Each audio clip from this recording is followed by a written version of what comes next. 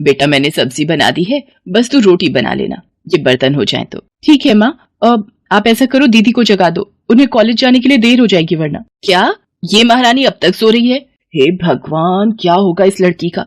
मोना, ओ मोना, उठती है या पानी की बाल्टी उड़े लूं तेरे ऊपर? ओफो माँ, उठ तो रही हूँ, क्यों हल्ला मचा रही हो? क्योंकि बिना हल्ला मचाए तेरी नींद टूटती कहाँ है। चल उठ जल्दी से और जाकर रोटियां बना दे।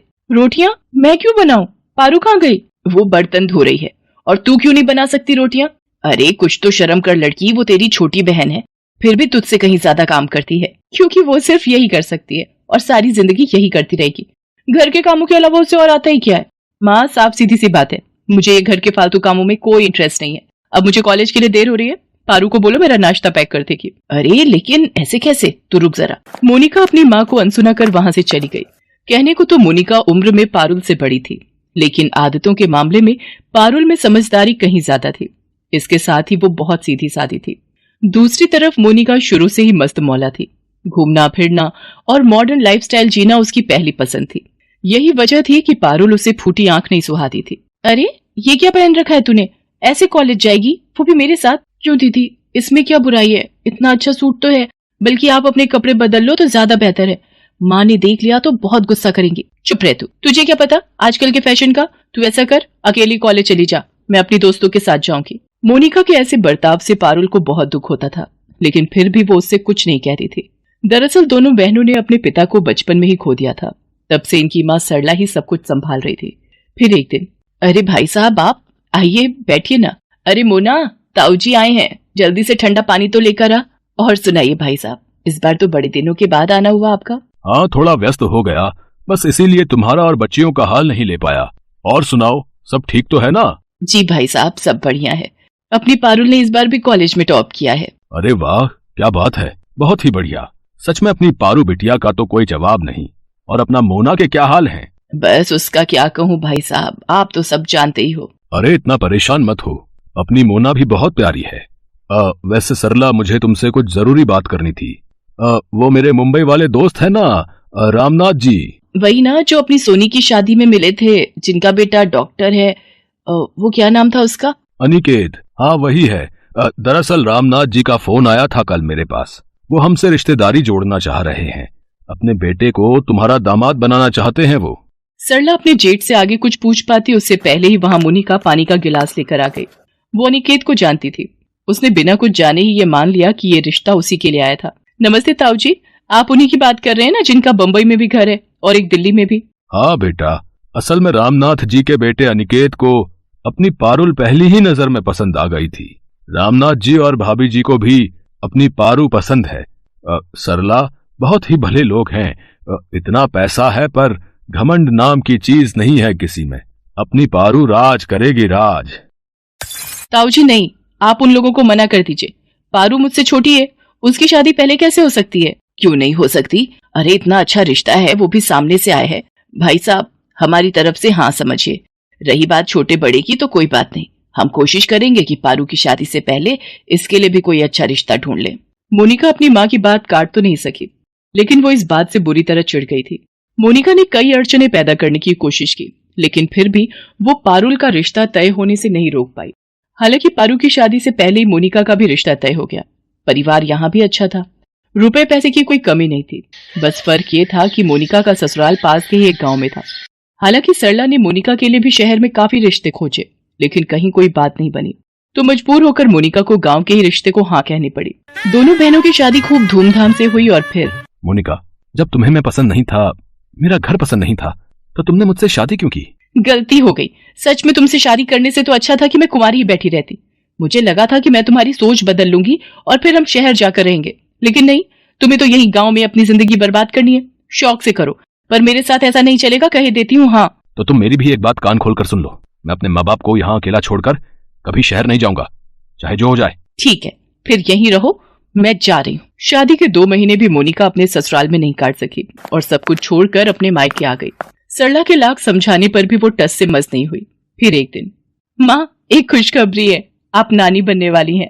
सच? अरे वाह, बधाई हो बेटा, मैं बहुत खुश हूँ। सच में? दामाद जी से मेरी बात करा जरा। माँ वो मम्मी पापा को दिल्ली छोड़ने गए हैं, वहाँ कुछ जरूरी काम है तो मम्मी पापा कुछ महीने वहीं रहेंगे। अच्छा, तो तू ऐसी हालत में अकेली रहेगी क्या? नहीं माँ, ये परसों तक वापस आ जाएंगे। नहीं बेटा, दामाद जी तो वैसे भी सारा दिन अपने काम में रहेंगे। अगर किसी को बुरा ना लगे तो क्या मोना को भेज दूं तेरे पास? यहाँ तो सारा दिन बस फोन में ही लगी रहती है, मेरी एक नहीं सुनती। तेरे पास रहेगी तो कुछ अच्छा सीखेगी और तेरा ख्याल भी रख लेगी। ठीक है माँ, आप दीदी को भेज दो, कोई दिक्कत नहीं है। मोनिका पारुल के पास खुशी खुशी आ गई, क्योंकि असल में उसे तो यही चाहिए था। हालांकि वहां जाकर वो पारुल का ध्यान रखने की बजाय अपनी ही दुनिया में मगन थी। अनिकेत जी, ऐसा कीजिए, आज आप क्लिनिक मत जाइए। मुझे इतने दिन हो गए यहाँ आए हुए, मुझे मुंबई तो घुमा दीजिए कम से कम। दीदी हम चलेंगे, पर इस वीक रुक जाइए। बस एक बार पारुल की टेस्ट रिपोर्ट्स आ जाएं, फिर तीनों चलेंगे। ये कैसे जाएगी? नहीं, ये जाएगी तो हमें हर वक्त इसी का ख्याल रखना पड़ेगा। फिर हम क्या खाक घूमेंगे? इसे घर पर ही रहने दीजिए, बस हम दोनों चलते हैं। अनिकेत मोनिका से बिना कुछ कहे ही वहां से उठकर चला गया। उसके जाते ही पारुल ने मोनिका से कहा, दीदी आप बुरा मत मानना, वो क्या है ना, ये मेरे बिना कहीं घूमने नहीं जाते, बस इसीलिए। क्या उफ, तेरी संगत में अनिकेत भी गंवार जैसे हो गए क्या? चलो कोई बात नहीं, मैं अकेले घूम कर आ जाती हूँ। मोनिका हर चीज में मनमानी ही करती थी, उसे हर चीज में पारुल से बराबरी करनी थी, फिर चाहे उसके लिए कुछ भी करना पड़े। दीदी ये ड्रेस, ये आपको कहाँ से मिली? तो क्या हुआ, मैंने तेरी अलमारी में देखी, मुझे अच्छी लगी तो मैंने पहन ली। अब इतना भी हक नहीं है क्या मेरा? अगर तुझे बुरा लगा है तो साफ साफ बोल दे, मैं चेंज कर लेती हूँ। अब नहीं, अब पहन ली है तो रहने दीजिए, पर कोशिश करना कि इसे पहनकर इनके सामने मत जाना, हो सकता है इन्हें बुरा लग जाए। अगर ऐसा है तो मैं चेंज ही कर लेती हूँ, वैसे भी ये मुझे थोड़ी टाइट हो रही है। अब तू ऐसा कर, अनिकेत जी को बोलकर मेरे लिए बिल्कुल ऐसी ड्रेस मंगवा दे, बस एक नंबर बड़ी होनी चाहिए। मोनिका धीरे धीरे पारुल के घर को अपना ही घर समझने लगी और बड़े ही आराम से हर चीज पर अपना हक भी जताने लगी। लेकिन इतना सब करके भी वो ना पारुल की बराबरी कर पा रही थी और ना ही खुश रह पा रही थी। पारू देखो, मैं तुम्हारे लिए क्या लाया हूँ। वाह, ये तो डायमंड है ना, पर इसकी क्या जरूरत थी, मेरे पास तो पहले से इतनी ज्वेलरी है। जरूरत हो या ना हो, मुझे तुम्हारे लिए गिफ्ट्स लाना अच्छा लगता है, ये तो जानती हो ना। और वैसे भी बहुत जल्द तुम मुझे जिंदगी का सबसे अनमोल गिफ्ट देने वाली हो, जिसके सामने ये डायमंड रिंग तो कुछ भी नहीं है। पारुल अनिकेत के गले लग जाती है और पास ही खड़ी मोनिका ये सब देखकर बुरी तरह जल भुन जाती है। उसी वक्त उसने तय कर लिया कि अब उसे क्या करना है। मोनिका ने पारुल की काफी ज्वेलरी चुरा ली और उसे लेकर चुपचाप घर से बाहर जाने लगी। लेकिन तभी अचानक उसका पैर दरवाजे की चौखट से टकरा गया और वो बहुत जोर से गिर पड़ी।